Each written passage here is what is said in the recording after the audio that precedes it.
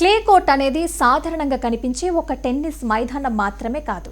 అది ఆటగాడి శారీరక బలాన్ని కంటే అతడి సహనాన్ని, ఓపికని, మానసిక స్థైర్యాన్ని పరీక్షించే వేదిక. ఇక్కడ ఆట పవర్ మీద నడవదు, వేగం మీద ఆధారపడదు. ప్రతి పాయింట్ వెనక ఆలోచన ఉండాలి, ప్రతి షాట్ వెనక ఓర్పు ఉండాలి. అలాంటి వేదిక మీద జరిగే అత్యంత ప్రతిష్టాత్మక టోర్నమెంట్ ఫ్రెంచ్ ఓపెన్. ఎర్ర మట్టి మీద ఆడే ఆట ప్రత్యేకమైనది. బంతి వేగంతో దూసుకెళ్లదు, నెమ్మదిగా బౌన్స్ అవుతుంది. ఒక ర్యాలీ ముగియాలంటే చాలాసేపు పడుతుంది. ఆటగాళ్లు పరుగులు తీయాలి, సైడ్ ఇవ్వాలి, మళ్ళీ నిలబడాలి. శరీరం అలసిపోతుంది, కానీ అంతకంటే ముందు మనసు అలసిపోతుంది. అందుకే క్లే కోర్టులో గెలవాలంటే కేవలం శక్తి సరిపోదు, ఓపిక, క్రమశిక్షణ, సరైన నిర్ణయాలు తీసుకునే తెలివి తప్పనిసరి.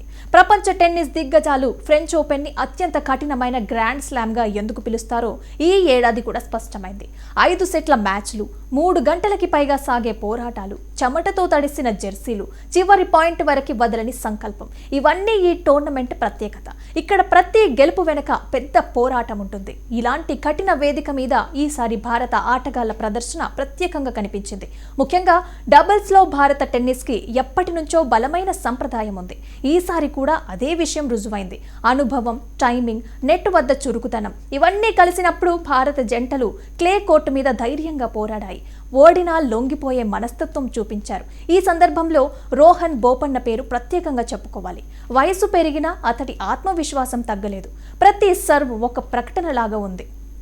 నేను ఇంకా పోటీకి సిద్ధమే అనే సందేశాన్ని అతడి ఆటే చెప్తోంది. క్లే కోర్టు మీద నెట్ దగ్గర అతని రిఫ్లెక్స్లు ఇప్పటికీ ప్రత్యర్థులకి సవాలుగానే నిలుస్తున్నాయి.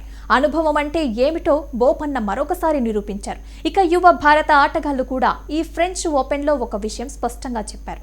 మన ప్రయాణం మొదలైంది. ఫస్ట్ రౌండ్ లోనే ఆగిపోయినా సెకండ్ రౌండ్ వరకు వెళ్లినా ఫలితం కంటే పోరాటం ముఖ్యమైంది. ప్రతి బ్యాచ్ లో ప్రయత్నం కనిపించింది. ప్రతి పాయింట్ కోసం వారు చేసిన శ్రమ భవిష్యత్తుకి సంకేతం ఇచ్చింది.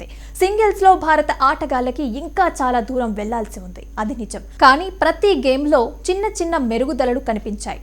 బేస్ లైన్ ర్యాలీలో నిలబడే ప్రయత్నం, డిఫెన్స్ నుంచి అటాక్ కి మారే ఆలోచన, క్లే కోర్ట్ స్వభావాన్ని అర్థం చేసుకునే ప్రయత్నం, ఇవన్నీ స్పష్టంగా దర్శనమిచ్చాయి. ఇవే ముందుకు తీసుకెళ్లే పునాదులు. ఫ్రెంచ్ ఓపెన్ ఒక ముఖ్యమైన పాఠం నేర్పిస్తుంది. ఇక్కడ ఓడినా అది పరాజయం కాదు, అది ఒక శిక్షణ. ఎందుకంటే క్లే కోర్ట్ ఆటగాడి బలహీనతలని బయటపెడుతుంది.